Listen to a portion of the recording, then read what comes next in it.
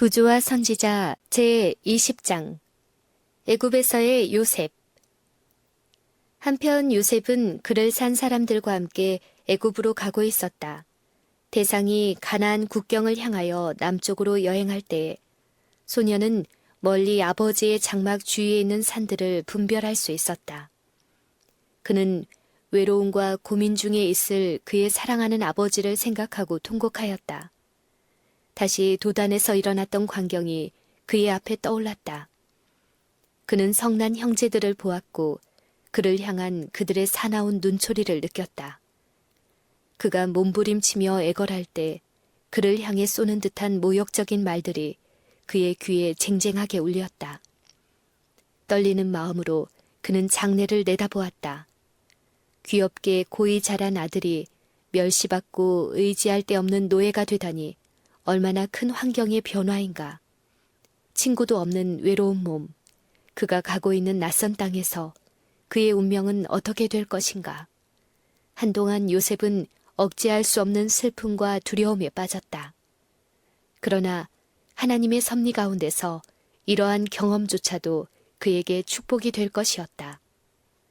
다른 방법으로는 여러 해 걸려서도 배울 수 없었을지 모를 것을 그는 몇 시간 안에 배웠다. 강하고 부드러운 사랑을 가졌던 그의 아버지는 편애와 관대로 그에게 해를 끼쳤다.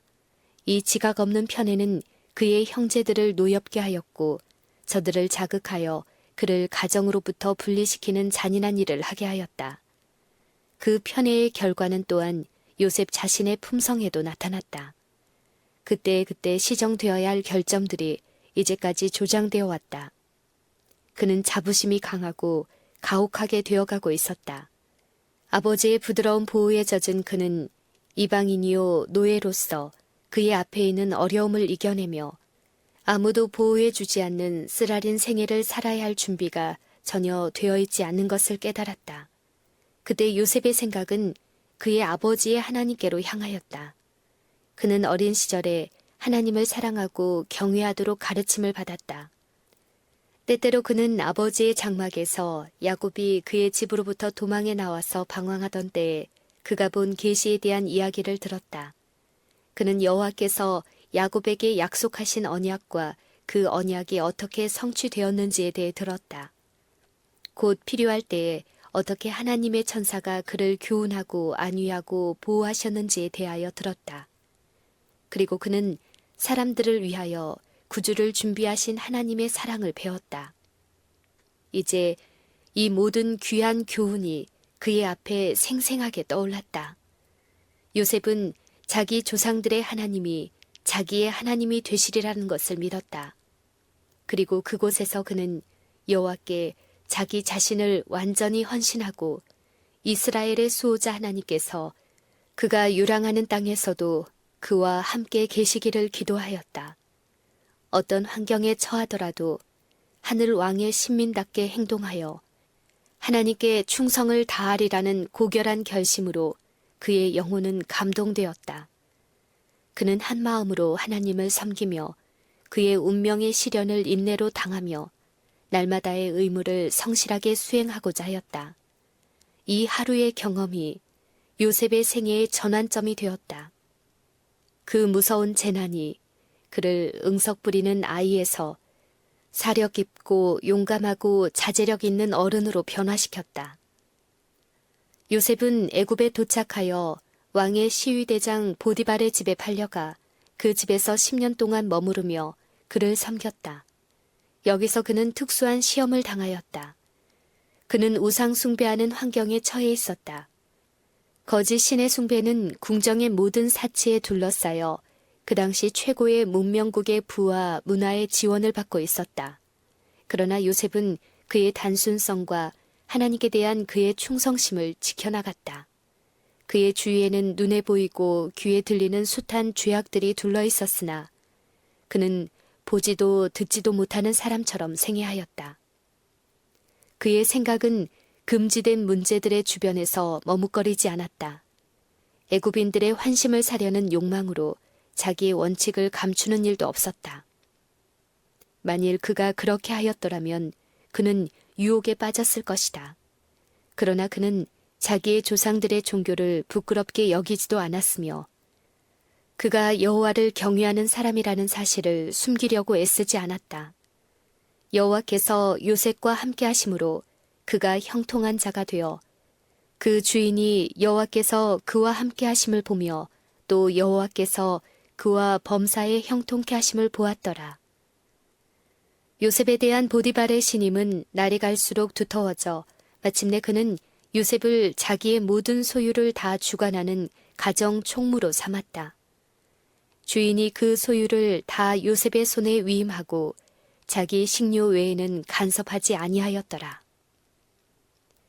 요셉이 돌보는 모든 일에 현저한 번영이 따른 것은 직접적인 기적의 결과가 아니다. 그의 근면과 보살핌과 정력에 하나님의 축복이 함께하였다. 요셉은 그의 성공을 하나님의 은혜에 돌렸고 우상을 숭배하는 그의 주인까지도 그것이 비할 데 없는 번영의 비결이라고 인정하였다. 그러나 견인불발하며 잘 관리된 노력이 없었다면 결코 성공을 거둘 수 없었을 것이다. 하나님께서는 당신의 종의 충성스러움으로 영광을 받으셨다. 하나님을 믿는 신도가 순결과 정직으로 우상 숭배자들과 현저한 대조를 나타내는 것, 곧 그렇게 함으로 은혜의 빛을 이교의 흑암 가운데 비추게 하는 것이 그분의 목적이었다. 요셉의 유순함과 성실함은 시위대장의 마음을 샀으며 그는 요셉을 노예보다도 오히려 아들로 생각하게 되었다. 그 청년은 지위가 높은 사람들과 박식한 사람들과 접촉하게 되어 장래의 애굽의 총리 대신이 되는 데 필요한 교육, 곧 과학과 어학과 직무에 관한 지식을 얻었다. 그러나 요셉의 신앙과 성실은 불같은 시련을 겪어야만 하였다. 그의 주인의 아내가 요셉으로 하여금 하나님의 율법을 범하도록 유혹하려고 몹시 애썼다. 지금까지 그는 이교도의 나라에 범람하고 있는 부패로 말미암아 오염되지 않았다. 그러나 매우 돌발적이요 아주 강하고 매우 매혹적인 이 시험을 그가 어떻게 대처해 나갈 것인가. 요셉은 저항의 결과가 어떻게 되리라는 것을 잘 알고 있었다. 한편에는 은혜와 총애와 보상이 있고 다른 편에는 수치와 투옥과 죽음이 있었다.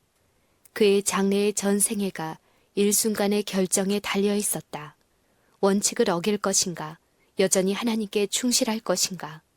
천사들은 말로 표현할 수 없이 염려하면서 이 광경을 바라보았다. 요셉의 대답은 종교적 원칙의 능력을 드러내준다. 그는 지상에 있는 그의 주인에 대한 신의를 배반하지 않을 것이며 결과가 어떻게 되든지 간에 하늘에 계신 그의 주인께 참되게 행하고자 하였다. 많은 사람들은 그들의 동료들의 앞에서도 죄스러워서 하지 못하는 그 일을 하나님과 거룩한 천사들이 살펴보는 눈앞에서 마음대로 자행한다. 그러나 요셉은 하나님을 맨 먼저 생각하였다. 내가 어찌 이 큰 악을 행하여 하나님께 득죄하리이까 라고 그는 말하였다.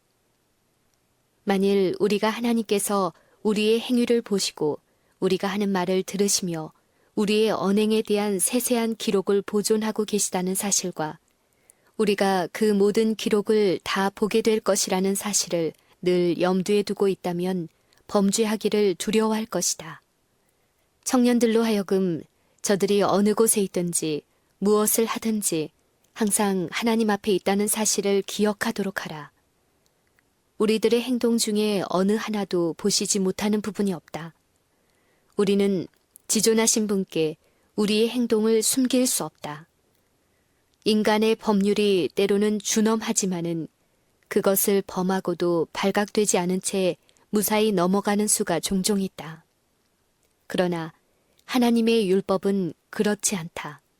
칠흑같이 어두운 밤중일지라도 죄인을 숨겨주지 못한다. 자신이 홀로 있다고 생각할지 모르나 모든 행위를 주목하는 눈에 보이지 않는 목격자가 있다. 마음의 모든 동기가 감찰하시는 하나님 앞에 펼쳐져 있다. 모든 행위와 말과 생각이 마치 이 세상에 단 한 사람만 있는 것처럼 분명하게 기록되고 온 하늘이 그를 주목하게 된다. 요셉은 그의 성실함 때문에 고생을 당했다. 그의 유혹자는 그에게 더러운 죄를 씌워 고소하였고 그로 인해 감옥에 들어가게 함으로 복수하였다. 만일 보디발이 요셉에 대한 그의 아내의 고소를 그대로 믿었다면 그 젊은 히브리 청년은 그의 생명을 잃었을 것이다.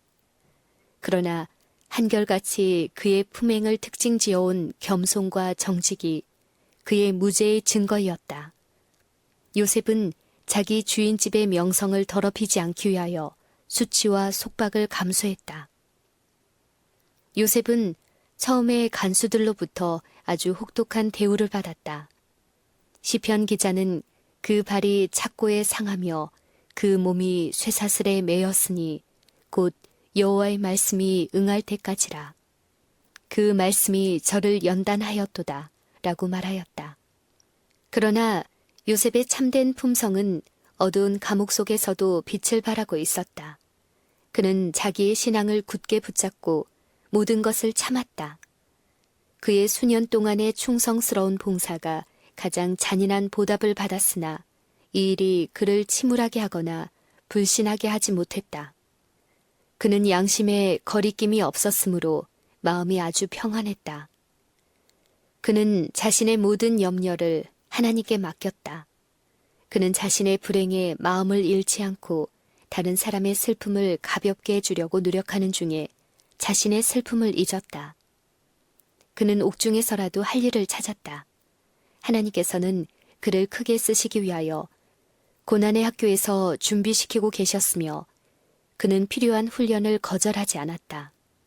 감옥 속에서 압박과 학대와 범죄의 결과가 어떤 것인지를 목격하고 그것을 통해 그는 정의의 동정과 자비의 공과를 배웠다. 그것이 그로 하여금 지혜와 자비심을 가지고 권력을 행할 수 있도록 준비시켜 주었다. 요셉은 점차로 옥사장의 신임을 얻어 마침내 모든 죄수들을 돌보는 책임을 맡게 되었다. 그는 감옥에서 하루하루의 생활을 성실하게 살았고 아울러 고민과 고통 중에 있는 자들에게 동정을 베풀어 주므로 그가 후일에 번영과 영예를 얻을 수 있는 길을 열었다. 우리가 다른 사람들에게 비춘 모든 빗줄기는 우리 자신에게 반사된다. 슬픔을 당한 사람들에게 베푼 모든 친절과 동정 어린 말과 압제받는 사람의 고통을 덜어준 모든 행동과 궁핍한 사람에게 준 모든 선물은 바른 동기로 행해졌다면 행한 자에게 큰 축복이 될 것이다. 왕의 떡 맡은 관원장과 술 맡은 관원장이 어떤 잘못으로 인하여 옥에 갇히게 되었으며 그들은 요셉의 감독하에 있게 되었다. 어느 날 아침에 그는 그들이 매우 슬퍼하는 모습을 발견하고 그 연유를 친절히 물었다. 그들은 둘 다 이상한 꿈을 꾸고 그 뜻을 알지 못하여 고민하고 있다고 말했다. 요셉은 그들에게 해석은 하나님께 있지 아니하나이까 청컨대 내게 고하소서라고 말했다. 각자가 자기 꿈을 말했을 때 요셉은 그 꿈의 의미를 알려주었다.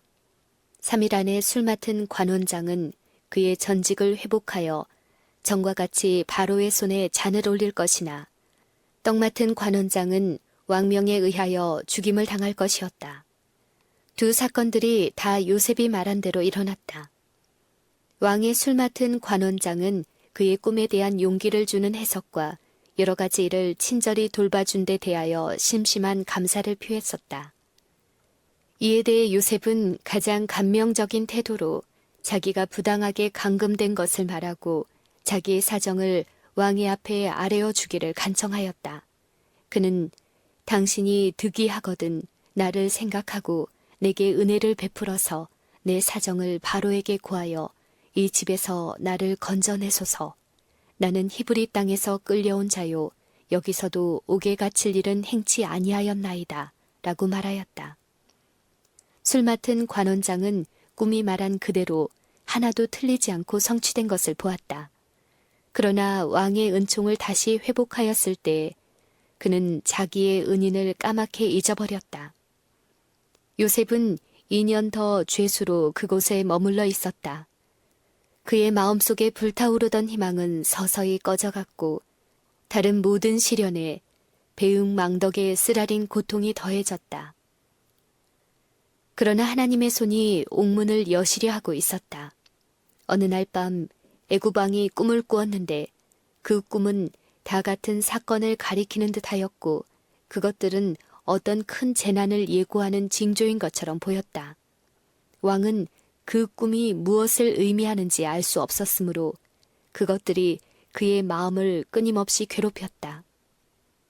그의 영토 안에 있는 술객들과 박사들도 그 꿈을 해석할 수 없었다. 왕의 당혹함과 걱정은 점점 커지고 온 궁궐은 공포로 가득 찼다. 궁궐 전체의 소요가 술 맡은 관원장의 마음속에 지난날 자기가 꿈꾸었던 일과 관련된 상황을 상기시켜 주었다.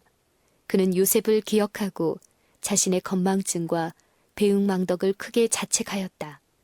그는 곧 왕에게 가서 사로잡혀온 한 히브리인이 자기의 꿈과 떡 맡은 관원장의 꿈을 어떻게 해석해 주었으며 그 해석이 어떻게 성취되었는지 아뢰었다. 자기 나라의 술사들과 박사들을 제쳐놓고 다른 나라에서 온 외국인 노예에게 물어본다는 것은 바로에게 큰 굴욕이었다. 그러나 범민하는 그의 마음이 구제될 수 있는 길이 있다면 아무리 비천한 자의 봉사라도 받아들이기로 마음먹었다. 그는 즉시 요셉을 데려오도록 사람을 보냈다. 그는 죄수복을 벗고 감옥에서 길게 자란 수염을 깎았다. 그 후에 그는 어전으로 안내되었다. 바로가 요셉에게 이르되 내가 한 꿈을 꾸었으나 그것을 해석하는 자가 없더니 들은즉 너는 꿈을 들으면 능히 푼다더라. 요셉이 바로에게 대답하여 가로되 이는 내게 있는 것이 아니라 하나님이 바로에게 평안한 대답을 하시리이다. 요셉이 왕에게 대답한 이 말은 하나님께 대한 그의 겸손과 믿음을 나타내고 있다. 그는 겸손하게 자기가 훌륭한 지혜를 가지고 있다고 하는 영광스러운 말을 사용하였다. 이는 내게 있는 것이 아니다. 하나님께서 이 오묘한 일을 설명하실 수 있다. 이제 바로가 자기의 꿈을 이야기하기 시작했다. 내가 꿈에 하숫가에 서서 보니 살찌고 아름다운 7 암소가 하숫가에 올라와 갈밭에서 뜯어먹고 그 뒤에 또 약하고 심히 흉악하고 파리한 7 암소가 올라오니 그같이 흉악한 것들은 애굽 땅에서 내가 아직 보지 못한 것이라. 그 파리하고 흉악한 소가 처음에 7 살찐 소를 먹었으며 먹었으나 먹은 듯 하지 아니하여 여전히 흉악하더라.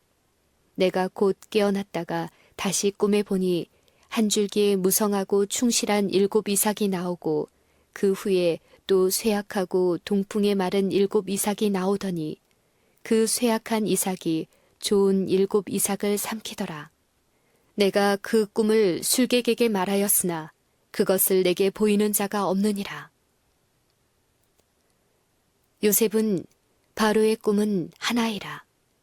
하나님이 그 하실 일을 바로에게 보이심이니이다 라고 말하였다. 7년 동안에 큰 풍년이 있을 것이었다.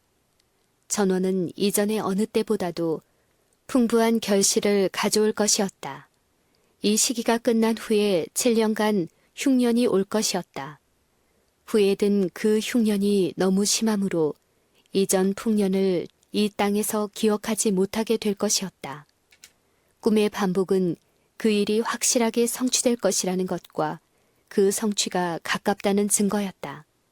그는 계속하여 이제 바로께서는 명철하고 지혜 있는 사람을 택하여 애굽 땅을 치리하게 하시고 바로께서는 또 이같이 행하사 궁중에 여러 관리를 두어 그 7해 풍년에 애굽 땅의 5분의 1을 거두되 그 관리로 장차올 풍년의 모든 곡식을 거두고 그 곡물을 바로의 손에 돌려 양식을 위하여 각 성에 적치하게 하소서. 이와 같이 그 곡물을 이 땅에 저장하여 애굽 땅에 임할 7해 흉년을 예비하시면 땅이 이 흉년을 인하여 멸망치 아니하리이다 라고 말하였다. 그 해석은 매우 합리적이었고 모순이 없었다. 이 일에 대한 대비책으로 제안된 정책 역시 매우 건전하고 빈틈이 없었으므로 그 정확성도 의심할 여지가 없었다. 그러나 이 계획의 집행을 누구에게 맡겨야 하겠는가? 전 국민의 존망이 이 한 사람을 선택하는 지혜에 달려 있었다. 그러므로 왕은 몹시 걱정이 되었다. 당분간 임명 문제를 연구해 보기로 했다. 술 맡은 관원장을 통해 그는 감옥을 관리하는 일에 나타난 요셉의 지혜와 신중성에 대하여 들었다. 요셉이 탁월한 행정력을 가졌다는 것이 명백해졌다. 술 맡은 관원장은 이제 자책하는 마음으로 그의 은인을 매우 열렬히 칭찬함으로써 자기가 전에 배은망덕한 잘못을 만회하려고 애썼다. 왕의 세밀한 조사가 그의 보고의 진실함을 증거해 주었다. 온 영토 안에서 그 나라를 위협하는 위협을 지적하고 그것에 대처하기 위하여 필요한 준비를 할 수 있는 지혜를 가진 사람은 요셉밖에 없었다. 왕은 요셉이 제안된 계획을 수행하는 데 유일한 적임자임을 확신하게 되었다. 이것은 하나님의 능력이 함께 하신다는 증거였으며 아울러 왕의 관원들 중에 이 위기를 당하여 국사를 잘 지도할 수 있는 자격을 가진 자가 없다는 증거였다. 그가 히브리인이요 종이라는 사실은 그의 명백한 지혜와 건전한 판단에 비할 때 그다지 중요한 것이 아니었다. 이와 같이 하나님의 신에 감동된 사람을 우리가 어찌 얻을 수 있으리요? 라고 왕이 그의 신하들에게 말했다. 임명이 결정되고 요셉에게 놀라운 기별이 왔다. 하나님이 이 모든 것을 내게 보이셨으니 너와 같이 명철하고 지혜 있는 자가 없도다. 너는 내 집을 치리하라. 내 백성이 다 내 명을 복종하리니 나는 너보다 높음이 보좌뿐이니라. 왕은 요셉에게 그의 높은 직무의 표장을 주었다. 자기의 인장 반지를 빼어 요셉의 손에 끼우고 그에게 세마포 옷을 입히고 금사슬을 목에 걸고 자기에게 있는 버금 수레에 그를 태우매 무리가 그 앞에서 소리 지르기를 엎드리라 하더라. 저로 그 집의 주관자로 삼아 그 모든 소유를 관리케 하고 임의로 백관을 제어하며 지혜로 장로들을 교훈하게 하였도다. 요셉은 감옥에서 나와 온 애굽 땅의 통치자로 높임을 받았다. 그 직위는 높고 명예로운 것이었으나 어려움과 위험도 따르는 직위였다. 위험을 무릅쓰지 않고 높은 지위에서 견디어낼 수 있는 사람은 아무도 없다. 폭풍이 골짜기에 피어있는 나직한 꽃은 해치지 않으나 산 꼭대기에는 높직한 나무를 뿌리채 뽑는 것처럼 비천한 생활 중에서는 성실을 유지하던 자들이 이 세상의 성공과 명예가 동반되는 유혹을 받고는 질질 끌려 내려가다 구덩이에 빠질 수 있다. 그러나 요셉의 성품은 역경에서나 순경에서나 한결같이 시험을 견디어냈다. 그는 바로의 궁전에 있을 때나 감방에 있을 때를 막론하고 한결같이 하나님께 충성을 나타냈다. 그는 여전히 친척들과 하나님을 경배하는 사람들로부터 떨어져 있는 이국 땅의 나그네였다. 그러나 그는 하나님의 손길이 그의 발걸음을 인도하실 것을 전적으로 믿고 한결같이 하나님을 신뢰하면서 성실하게 자기의 직무를 수행하였다. 요셉을 통하여 애굽의 왕과 고관들이 참 하나님께 관심을 갖게 되었다. 비록 그들은 우상 숭배를 고집하였으나 여호와를 경배하는 사람의 생애와 품성에 나타난 원칙들을 존중하기를 배웠다. 요셉이 어떻게 그같이 견인불발의 품성과 정직하고 지혜로웠다는 기록을 남길 수 있었을까? 그는 유년 시절부터 자신의 경향을 따르기보다는 의무를 수행하는 데 충실하였다. 그의 어린 시절의 성실함과 단순한 신뢰심과 고상한 품성이 성인이 되어서 열매를 맺게 되었다. 순결하고 단순한 생활이 체력과 지력 양면의 왕성한 발전에 도움을 주었다. 하나님이 만드신 자연계를 통한 하나님과의 교통과 믿음의 후사들에게 위탁된 대진리에 대한 명상은 다른 어떤 연구로도 도달할 수 없을 만큼 지력을 넓혀주고 마음을 강하게 해주고 그의 영성을 높이고 고상하게 해주었다. 가장 낮은 곳으로부터 가장 높은 데 이르기까지 어떤 위치에서든지 자기의 의무에 충실한 것이 최고의 봉사를 할 수 있는 모든 능력을 연마하는 것이 되었다. 창조주의 뜻에 일치되게 사는 사람은 가장 참되고 가장 고상한 품성을 개발하게 된다. 주를 경외함이 곧 지혜요, 악을 떠남이 명철이다. 생활의 사소한 일이 품성 개발에 끼치는 영향을 바로 아는 사람은 심히 적다. 우리가 해야 할 일 중에 참으로 하찮은 일은 아무것도 없다. 우리가 날마다 직면하는 여러 가지 환경은 우리의 충성을 시험하여 우리로 하여금 더 큰 책임을 질 수 있는 자격을 갖추게 한다. 일상생활의 업무 처리에서 원칙을 고수함으로 마음은 향락과 쾌락의 추구보다는 의무의 수행을 더 존중하는 데 익숙해진다.